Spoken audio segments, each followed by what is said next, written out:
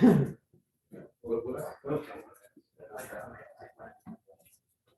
o'clock. All right. It is that hour. We will call to order the April 22nd, 2021. Starting in 2001. Living in the past. 2021 administrative meeting. Glad everybody could be with us today. Have a few items on the agenda we'll run through and then see if there's any additions or any other discussion we need to have.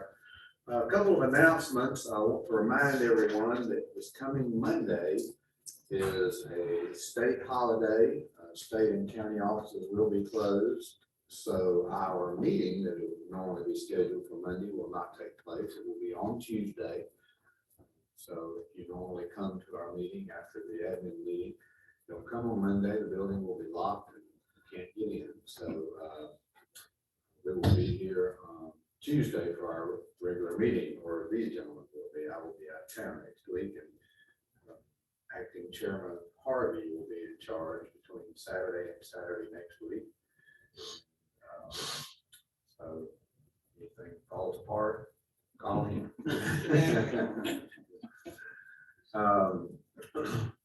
Also want to remind everyone that next Monday afternoon, from 5 to 8 downtown in the 100 block, the Wiregrass Foundation, primarily along with others, is hosting a Dream Dothan event where we're trying to get input from everyone as far as what you want to see in downtown Dothan. I think most people know there's been an effort ongoing to look at, based on an arts initiative, but to look at revitalization, continued revitalization of downtown.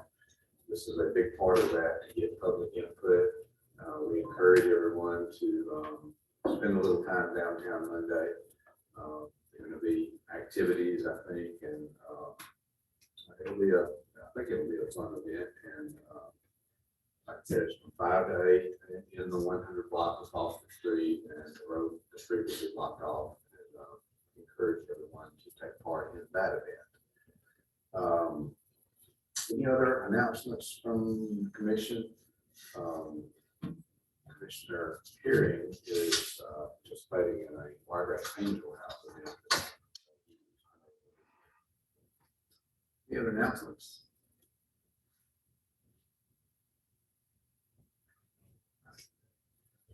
All right. The first item to be considered for the agenda is a proclamation for Small Business Week. Hayden Camp will be here. Director of Membership in the Dothan Area Chamber of Commerce. This is an event that takes place every year. Several activities take place during the week, and I'm sure she will tell us all about them, culminating at some point in the announcement of the Small Business of the Year. Always a good time to recognize our small businesses, and particularly this year, and the efforts they make in supporting our economy and being such a large part of our economy and our community. And we will do that or y'all will do that on Tuesday. And as I said, Hayden will be here to present that. No objections to add that to the agenda. All right. On the regular agenda, the first item is a request to award ACC Joint County Supplemental Metal Pipe bid. There was a change in the award. As you know, we're the awarding authority for the county-wide bid. And when we awarded this bid, the original firm or firms that it was awarded to are not able to meet the terms of the contract anymore based on the changes in prices and whatnot. So we're being asked to re-award, I guess would be a correct term, to a new bidder. That's right. Explain all that. Any questions about that? Yes, sir. Business there, with those prices, do fluctuate again, or they have to be reconsidered? I would think so. All those terms are handled by the association.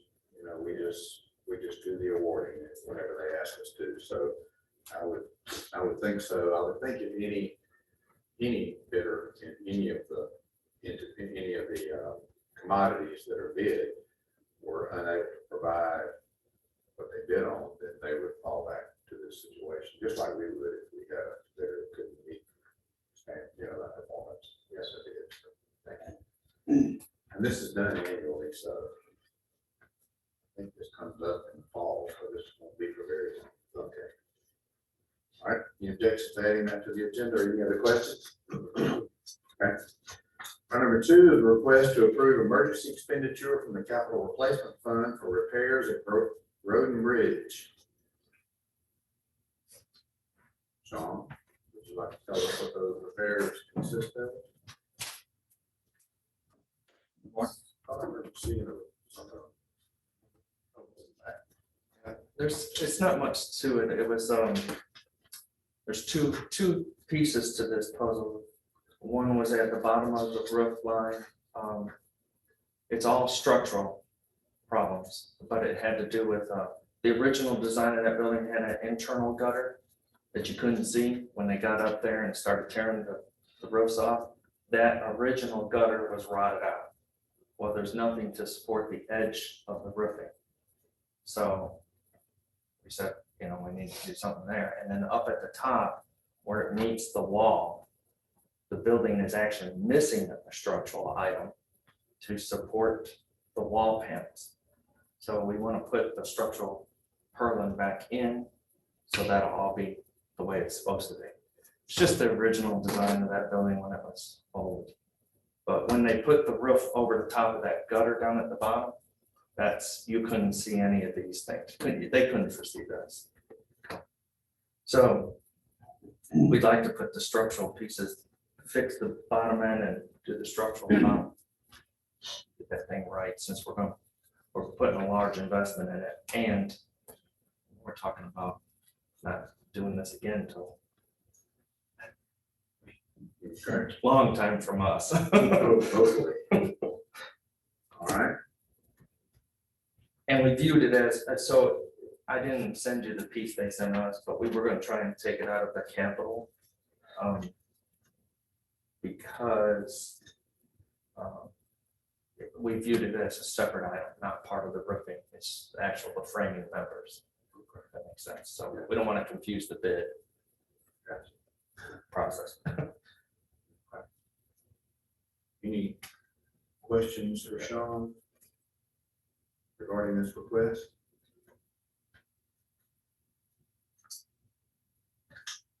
Objections to adding this to the agenda from Tuesday? I say Monday. All right.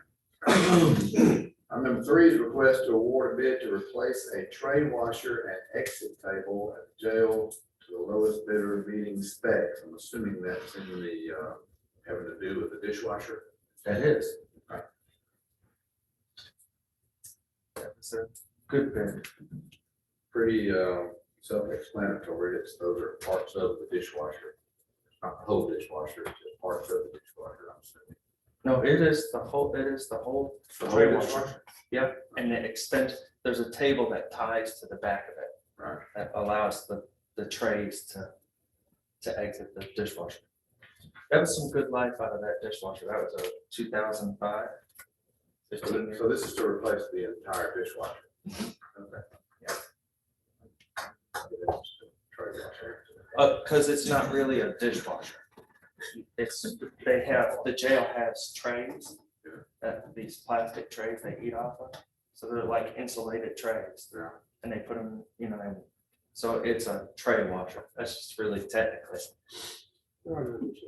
There are no dishes. Okay. All right.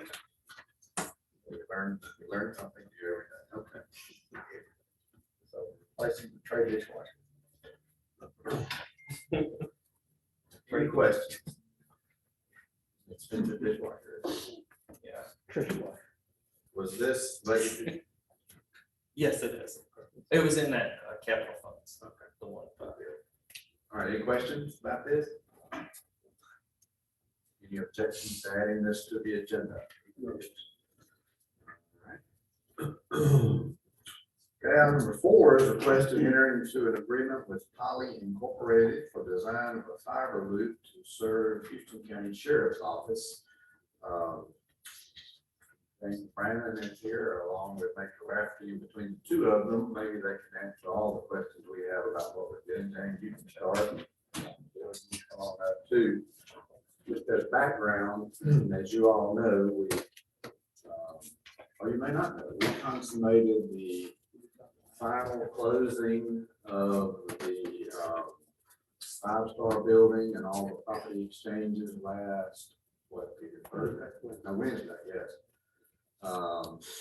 So we're ready to proceed forward with that. I should have. I have not checked with Sean or Peter to see if we have gotten into that building yet, but we could set up the parameters with 5-star as far as access and those kind of things. And we're looking at whether we're going to come forward to you with architect or not, or Sean can handle all that, and all that to you at some point. But we have known from the start that at some point we've got to connect that building to our network, if you will, and that it has to be linked to other our other law enforcement facilities.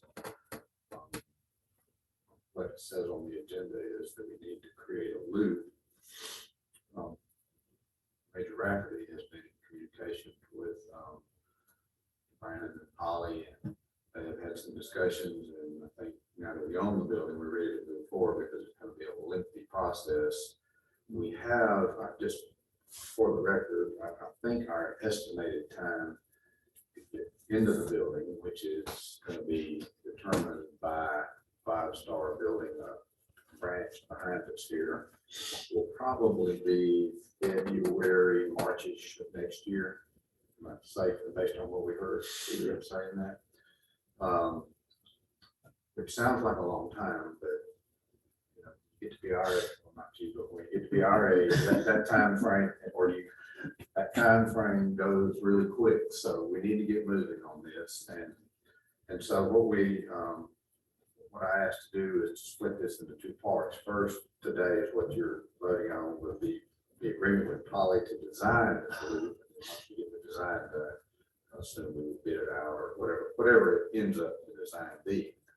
Part of that discussion that I brought up was that we've got some fiber out there, and I assume when we approve this, you all, whoever you all is, will look into how that fiber integrates with whatever we design so that we don't duplicate what we've already got. And then there may be other questions to the commission as we go along. But before we get to commission, I'm gonna turn it over to y'all now to follow up on all that minutia I just said. So, James.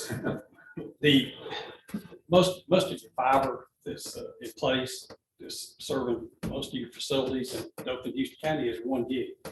And in the past, that's been very adequate, but with the new technologies coming out and they're already out, you really need to update that to a 10 gig. And if you're going to put this network in, you need to go ahead and go to that 10 gig fiber network. And the loop is to provide you the redundancy in the event something happens, so that you've got, you know, a redundancy of that network. Now, the loop don't have to follow the route that, you know, was shown on the map. That was just shown by Sergeant Grantham to, you know, indicate there will be, needs to be a loop in place. I don't know that I provided, I don't know that I provided a copy of that. I will show it to them. That's just, and again, that is just a general map. It doesn't necessarily mean that's where we go, right? That's. I'm sorry, I should have forwarded y'all that. And so, and we're talking with Sergeant Grantham and Mr. Rafferty that it's obvious that, you know, the 10 gig is what's needed for the future.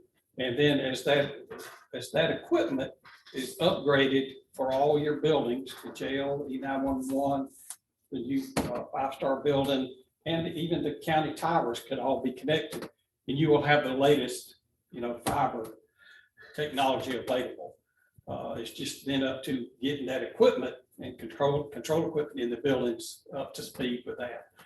But at least you've got it in place, and you won't have to replace or look at that anymore for a long time.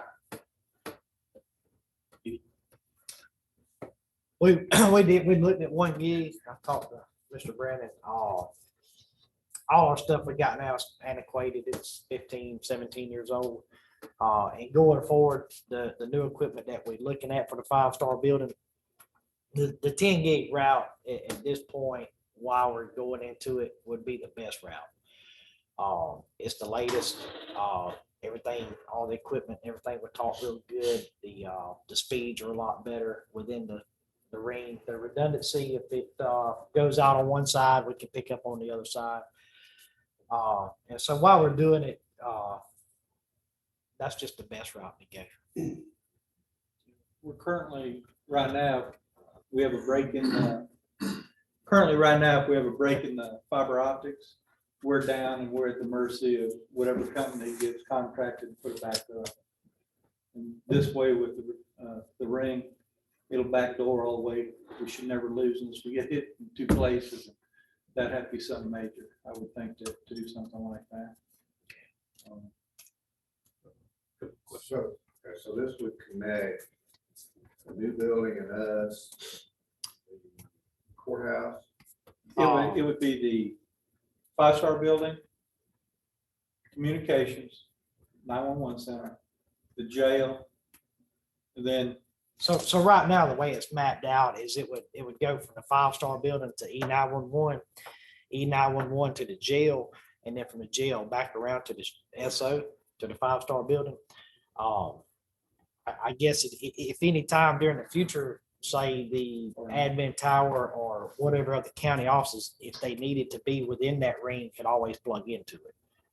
and being right next door, you might as Yeah, well do you it. don't come to that building. Yes, Yeah. it makes sense to go ahead and connect it to this. And that way you can upgrade this facility. There's not any reason for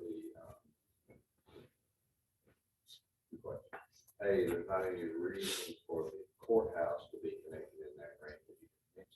B, if there is 1 gig already to the courthouse, potentially maybe whatever you're doing at the courthouse can connect to this.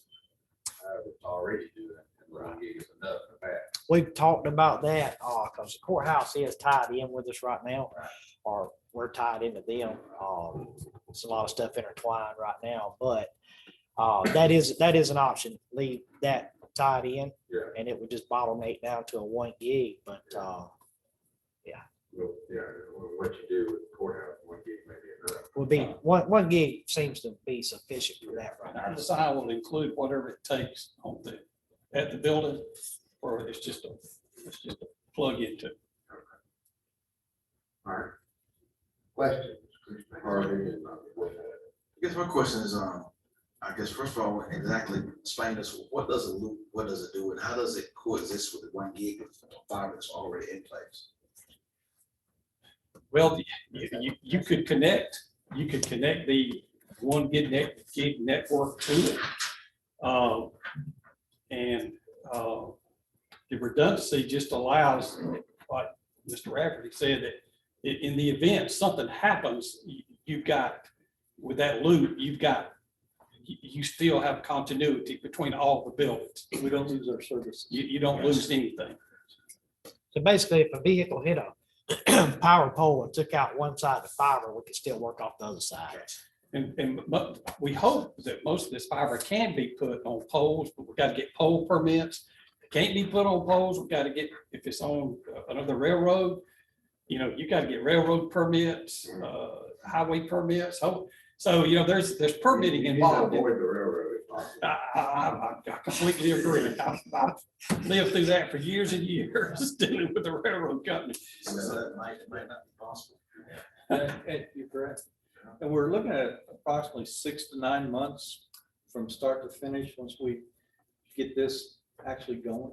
And we really can't move into the building until we have this in place. This map is showing this running right by the courthouse, That was just a drawing. hypothetical, hey, we could, this is just a visual. That route may or may not can be shortened. I would think if you're gonna run 10 gig new, then you would want that to be as short as possible if the 1 gig would work for the courthouse. You might not need all this plot on here. And Paul, You're the engineers, and you gonna figure all well, that out. I pulled in a consulting firm that specializes in fiber to assist us on this. And so, and what we would do is, before we ever started, we would do investigations of all the buildings that y'all were interested in this being interconnected with, and have a meeting and interface with everybody, and involve Peter and anybody else that needs to be involved, Sean, so that we can see what the county needs are, and then be able to incorporate what we need to in that design. Other questions? Well, hold on, let me get Commissioner Blake first. You got the Thank y'all, gentlemen. Has to be bid out. Yeah, the work will need to be bid because you're gonna be well in excess of the $50,000 limit, so. Yeah, we're probably looking at $300,000 to $500,000 to do this, just so y'all get the sticker shock.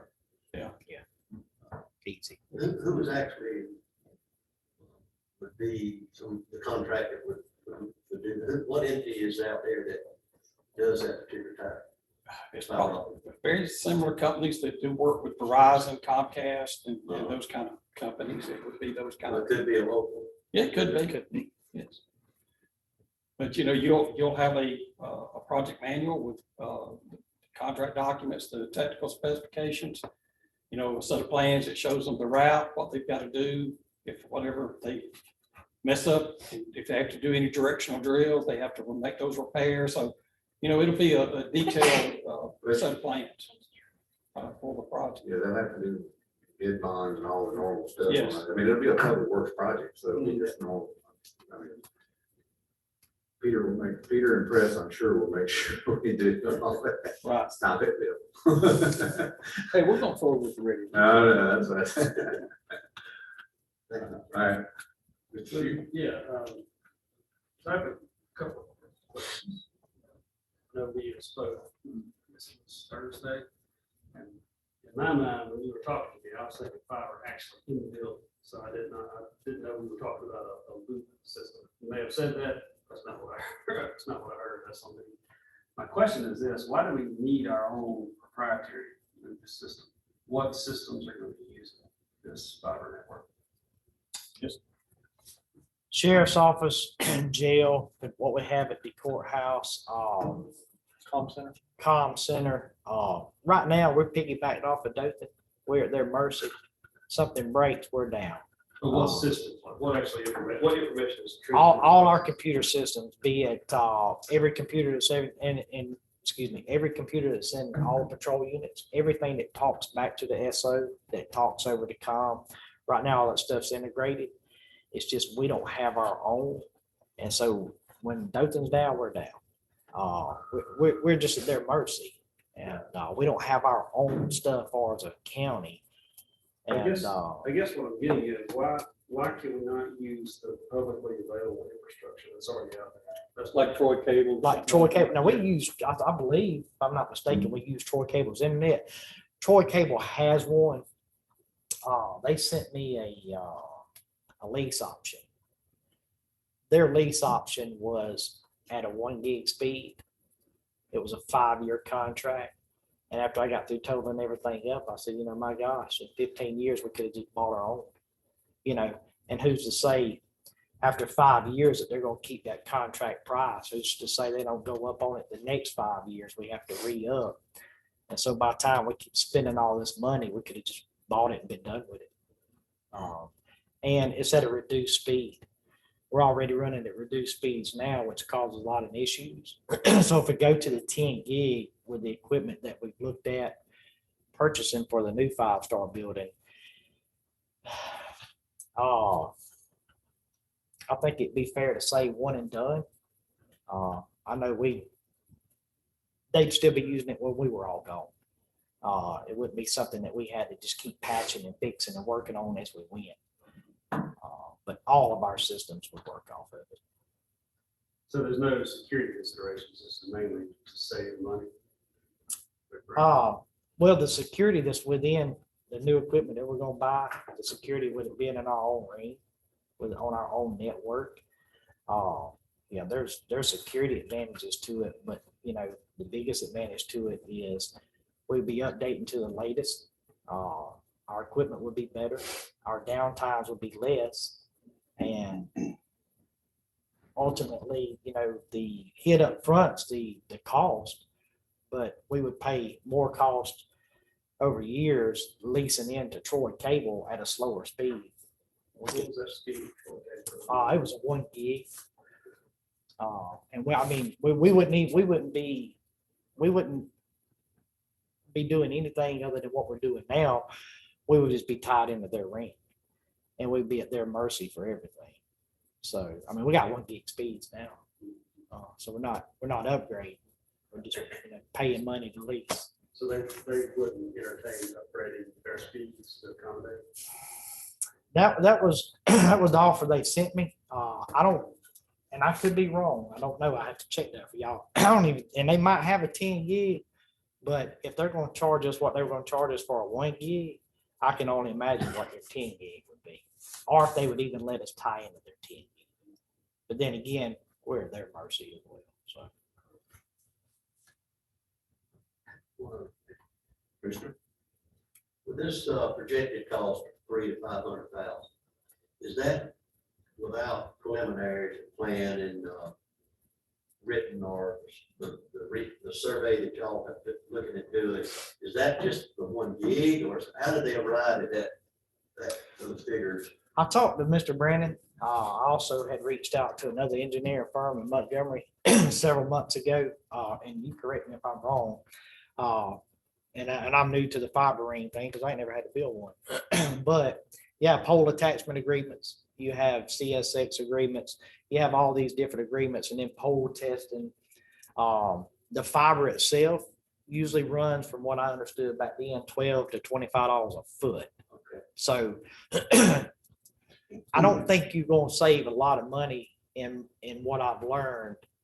There's not really a big cost difference in 1 gig to 10 gig as far as the fiber goes. Where all the money comes in is all the work that has to be done to get installed.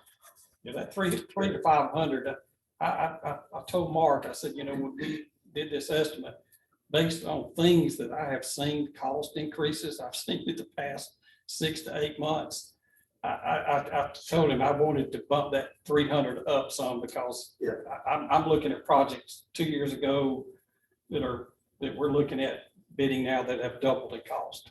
And so I don't want to just stick with the 300,000 estimate, because it could be higher. Well, and the other wild card in this, and I'm gonna say, we don't know what we don't know. But, there is absolutely a broadband aspect in this Build America, what is it? American Rescue Plan. American Rescue Plan. So once we get the guidance on that, this may fall under that, which we could pay for it with that money. But we don't know what we don't know, so we don't know. But that certainly may be an option. And a lot of these programs, like you mentioned, they have Buy American requirements, and that would be in the specifications. That way, if those kind of funds become available, they usually tag those Buy American certification requirements, and you need that in there. So if you do bid it, then you've got that covered. Yeah. I guess where I'm at on this is like, if I have a business and I have 3 or 4 different sites and I need to wire those together for a network, I would have to have a very good reason to build my own network, because that network already exists, that infrastructure already exists. So even if I needed to upgrade, that's a legitimate reason to really think about doing this. But I don't know. We put all that money into this, and 10, 15 years, we're gonna have to upgrade that, because by then things will be faster, there'll be more data they'll have to transmit.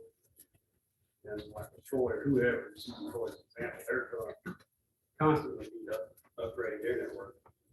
So, I don't know, like, we would have to save a really good chunk of money to me for it to be worth it. Because even when we have it, we gotta maintain it. So that's money that got put in. It's gonna cost more than just the additional outlay of capital.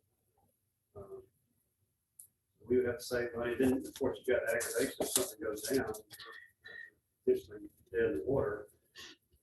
Using existing internet infrastructure, when the internet was designed to survive a catastrophic nuclear attack, the whole purpose of the thing being invented in the first place. So odds are that's not going to go down globally. You just might have to locally. So I don't know. So I just want to make sure that we have looked at this and we are Before certain we, that it's going to be worth investing all this money into our own.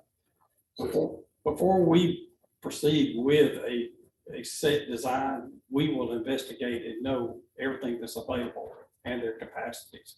And if they do have any potential upgrades, and we will make everyone aware of that. So we're going to look at that as part of this contract. We're going to look and see. Yes, we're gonna look at everything. Yes, that's available. I know what the city of Dothan has, I know what they're using, because they're piggybacked off that. And I know what we use at our office, and it's tied to the one getting it working. We have a lot of problems at our office. And not that they ever would, but you know, who's to say that Dothan don't one day say, hey, we don't want you on our network. And then, you know, we got to revisit this whole situation again. In my opinion, we need to be self-sufficient, and we need to have our own stuff instead of relying on somebody else. They don't always tell us when they're going to work on the system or when they're going to do something to it. And so unbeknownst to us, they'll shut the whole sheriff's office down to include patrol, and we're at their mercy. And it's just whenever they decide to bring it back up, which causes us issues as far as deputies getting information they need in the car or whatever the case might be. So I'd like to see it at some point be where we're self-sufficient on our own and not relying on somebody else. I just want to make sure we're not going in with blinders on. No, We're excluding the possibility. We're going to look at what's available, and if there's any potential upgrades coming forward from those other entities, and we'll evaluate that and make everyone aware of that. Which is why I kind of split this, up. What you're actually being asked to consider for Tuesday, I'm gonna do that, is to contract with Poly for the design, of a loop, and that design may be to contract with someone. So we're not approving sending anything out for bid at this point. You'll be asked to do that at a later time. So this is just the first step in that, I guess. Right. That's why I just felt like it was better to split it up. Any other questions?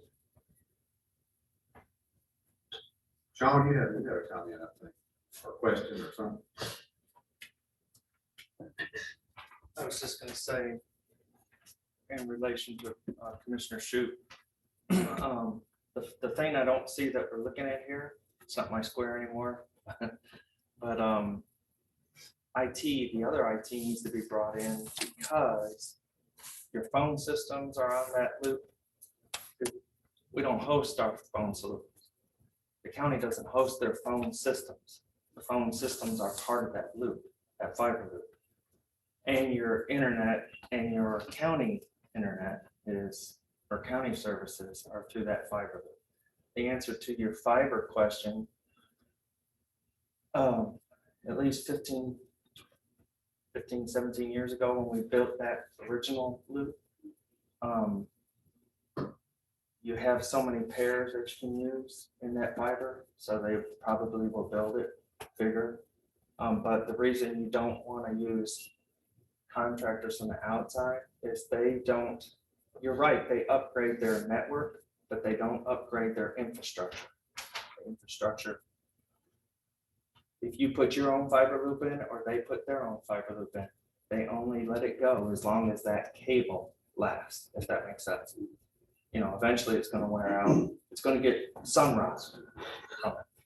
this loop that the sheriff's department's using right now, that goes, it's been hit over there, can't remember that street name, but it's been hit several times. The one that we have for the jail, it's been hit down by the bridge.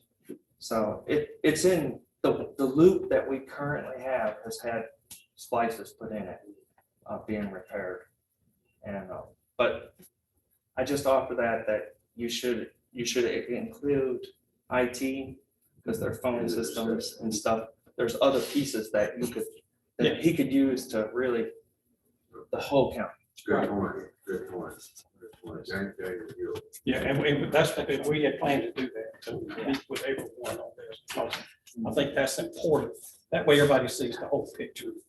Yeah, we don't want to spend this kind of money and invest in this and then find out at the end, oh, well, we've left out those parts. Right. Yeah. Are there any other questions, comments? Any objections to adding this to the agenda for Tuesday? Okay, did that right. All right, thank you, gentlemen. All right, item number 5 is a request to enter into an agreement with North Star Engineering to produce plans and estimates for TAP grant application. Kind of going to defer to Commissioner Shue, but we've been meeting with Kim Meeker, who we have contracted with, I guess he's a contract employee, to help us develop our trails program. There has a TAP grant is a grant through through the highway department, I guess, that we believe is out there and will help us implement and develop the first phase of this program, hopefully from where the ACOM trail ends to hopefully the Cowards, basically. To apply for that grant, we have to have estimates and design in by May, someday in May 20 something. At our last meeting with the highway department and Kim and several of us upstairs, we determined we needed to move forward with that pretty quick. North Star has had some experience with this. They worked with the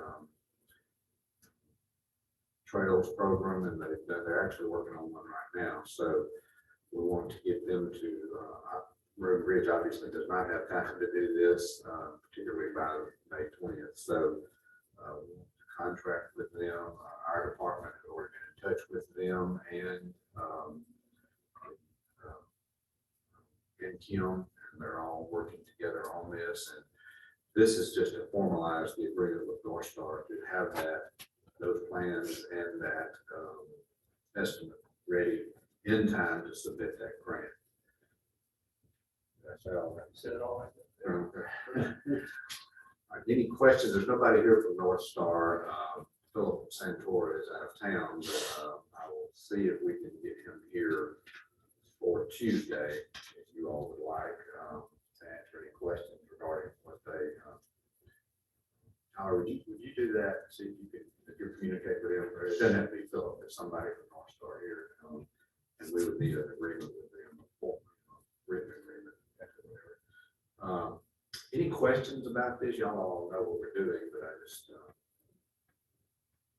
any questions regarding this? Okay, any objections to adding this to the agenda? Okay. Okay, anything else from the commission to be considered for the agenda?